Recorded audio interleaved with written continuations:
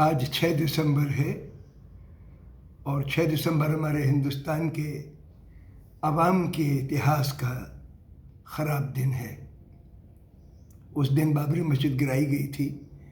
मैं पढ़ा तो रहा था हौजरानी के पार्क में बिठा के बच्चों को, लेकिन उसके एक दिन पहले हमने राजघाट पर एक उपवास किया था और इसलिए किया था कि कल एक खौफनाक मंज़र तमाम मुल्क में पैदा होगा।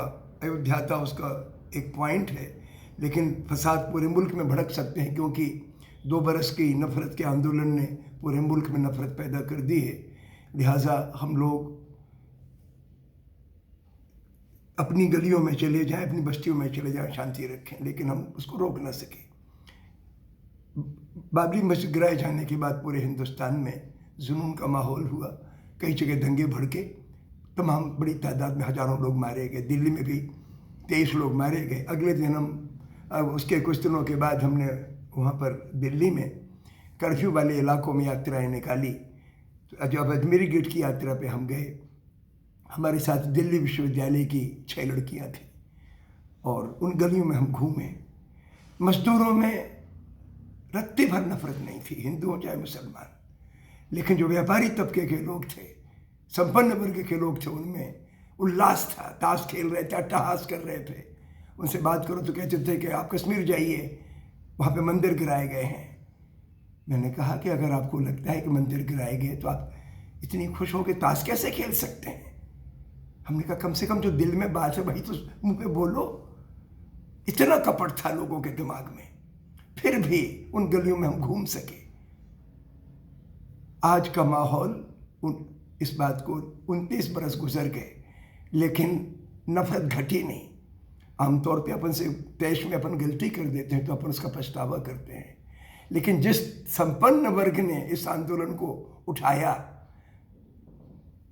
उसका जुनून बढ़ते ही चला जा रहा है और आज इतना ज़बरदस्त बढ़ चुका है कि अगर आपन कोई सच्ची बात, सीधी बात करो तो मारने पे आमादा, गाली गलौज पर आमादा, आपको देशद्रोही कहें, पाकिस्तानी वगैरह वगैरह में क्या का वक्त है। पाकिस्तानी कहलाना बुरी बात नहीं है, पाकिस्तान में भी अवाम रहते हैं, लेकिन जिस नियत से पाकिस्तानी शब्द का इस्तेमाल करते हैं वो बहुत ही जलील करने वाला है। उसी तरीके से जिस तरीके से भगवान राम का नाम लेते हैं, ये कत्ल करेंगे, आदमी को जिंदा जलाएंगे, कहेंगे बोलो जय श्री राम, वो रत्ती भर उसमें आध्यात्मिकता या रूहानियत संवेदना नहीं है, सिवा नफरत का कुछ है नहीं। तो हम इस वक्त 29 बरस के बाद जिस मकाम पे पहुंचे हैं कि हमने अपनी मस्जिदों मंदिरों का जो एक रुख होता है, इंसान को इंसान बनाने वाला, नम्र बनाने वाला, दर्दमंदी पैदा करने वाला, उसको मिट्टिया मेट कर दिया है। और हमारे प्रधानमंत्री, हमारी सरकारें, हमारे व्यापारी, हमारे बुद्धिजीवी वहाँ मंदिर खड़ा करने की एक रस्म अदा कर रहे हैं। वो मंदिर नहीं होगा, लेकिन चल रहा है सिस्टम। मैं चाहता हूँ कि आम लोग इन लोगों के पीछे जाने से हटकर अपने अंदर झांकें और अपने अंदर सच्चाई पैदा करें, सच कहने की ताकत पैदा करें। मंदिर आपके दिलों में बनेगा, मस्जिद आपके दिलों में रहेगी, लेकिन ये जो इदारे खड़े किए गए हैं, हजारों बरस से इस देश में मंदिर हैं, जिन्होंने मंदिर बनाया उनको पूजने नहीं दिया गया, लेकिन उनमें उन मंदिरों को इज्जत मिली आज़ादी के बाद, जब उसमें सबका प्रवेश शामिल हुआ। उसी तरीके से कोई भी मंदिर मस्जिद पूज्य तब होगा जब उसमें बगैर कपट के, बगैर घृणा के लोग जाएंगे। वो सादा होगा, दिखावा करने वाला नहीं, आत्मनिरीक्षण का केंद्र होगा, मोहब्बत का केंद्र होगा। अभी हमारी तमाम मस्जिदों मंदिरों को मोहब्बत का केंद्र बनना बाकी है। एक तरफ तो हमारी कोशिश वो चले, दूसरी बात ये कि इस वक्त हिंदुस्तान की जो हालात हैं, पहले से हम कहते चले आए हैं कि भाई मज़हब का काम इंसान को इंसान बनाना है, हुकूमत को लोगों में बांटने का जरिया नहीं है मंदिर मस्जिद धर्म। लेकिन हुकूमत ने वही तमाशा खड़ा किया है। आज की जो हमारी हुकूमत है वो इंसान को धर्म के नाम पर जुदा समझती है। कब्रिस्तान की बात करेगी तो एक नज़रिए से, और शमशान की बात करेगी तो दूसरे नज़रिए से, जुराहों की बात करेगी तो एक नज़रिए से, और पंडितों की बात करेगी तो दूसरे नज़रिए से। ये ठीक नहीं है। हुकूमत का फ़र्ज़ है कायदे कानून का, इंसानियत का राज हो, और हुकूमत कम खर्चे पर चले, दिखावे के लिए नहीं, भड़काने के लिए नहीं। आम आदमी की जो औसत आमदनी है, हमारे मंत्रियों की, हमारे एमपीज़ की, एमएलएज़ की आमदनी, उससे ठीक है भाई 10 गुनी 20 गुनी ज़्यादा तो हो जाए, लेकिन उससे हज़ारों गुनी ज़्यादा नहीं होनी चाहिए। लिहाजा सादगी की ज़रूरत है, दिखावा कम करने की ज़रूरत है। एक बात और कि अभी नागालैंड का आज खबर आई कि नागालैंड में एक जीप जा रही थी, इस अंदेशे में कि शायद इसमें आतंकवादी हैं, उन्होंने हमला कर दिया और 6 बेकसूर लोगों को मार दिया। बाद में गांव के लोग विरोध करने आए तो उस पर गोली चला दी, 7 लोग उसमें मर गए। अब नागालैंड में अशांति है, कश्मीर में अशांति मुद्दत से चल रही है। 2 बरस हो गए, मिलिट्री के साए में तो पहले से ही 29 बरस से वहाँ के लोग रह रहे थे, लेकिन 2 बरस में उनके राज्य का दर्जा ख़त्म करने के बाद उनके प्रति सारे के सारे मुल्क में जुनून पैदा किया गया, और आज भी वो जुनून मिटा नहीं है।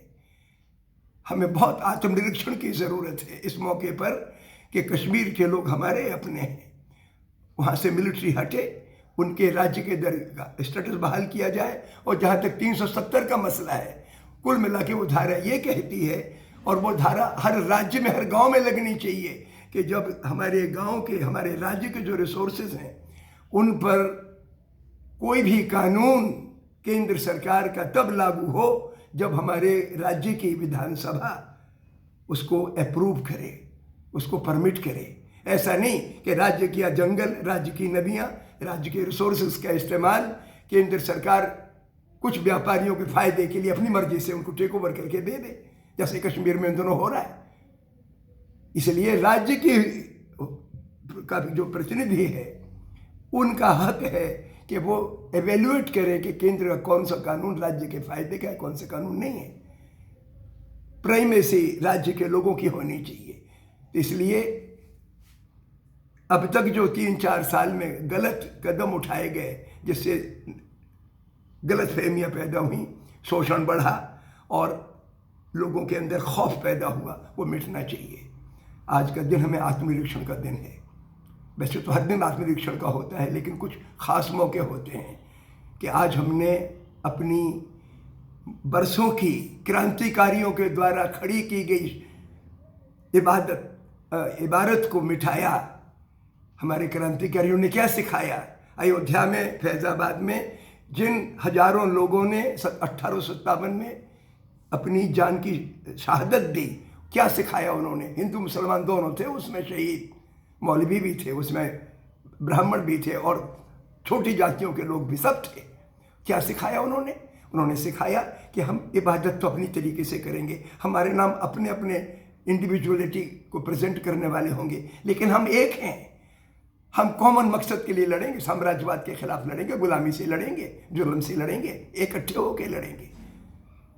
लगभग 1 लाख लोगों ने कुर्बानी दी थी अवध के क्षेत्र में, लखनऊ से लेकर फैज़ाबाद तक। उसमें बड़ी तादाद मुसलमानों की थी, हिंदुओं की भी थी, लेकिन मुसलमान फ्रंट पे थे। रानी बेगम हजरत महल के नेतृत्व में हमारी झांसी की रानी लक्ष्मीबाई ने झांसी में क्रांति की अगुवाई की थी। पूरे मुल्क में तो बहादुर ज़फर थे ही। इन सब क्रांतिकारियों को हम सामने रखें, और उससे भी बड़े क्रांतिकारी हिंदुस्तान के अवाम थे, जिन्होंने 1919 के रॉलेट एक्ट सत्याग्रह के बाद से लेकर 1947 तक हिंदुस्तान की अंग्रेजी साम्राज्यवादी सरकार के खिलाफ, यहाँ उनके ज़मींदारी तबके के खिलाफ, उनकी पुलिस के खिलाफ निहत्थे होकर संघर्ष किया। उन सबको हम याद करें और वही जज्बा अपने अंदर पैदा करें, सच बात कहने का, अहिंसक तरीके से, बगैर मलाल के, बगैर द्वेष के, बगैर घृणा के सच्ची बात कहने की ताकत पैदा करें, तो हम मुल्क को आगे ले चलेंगे। बहुत बहुत शुक्रिया।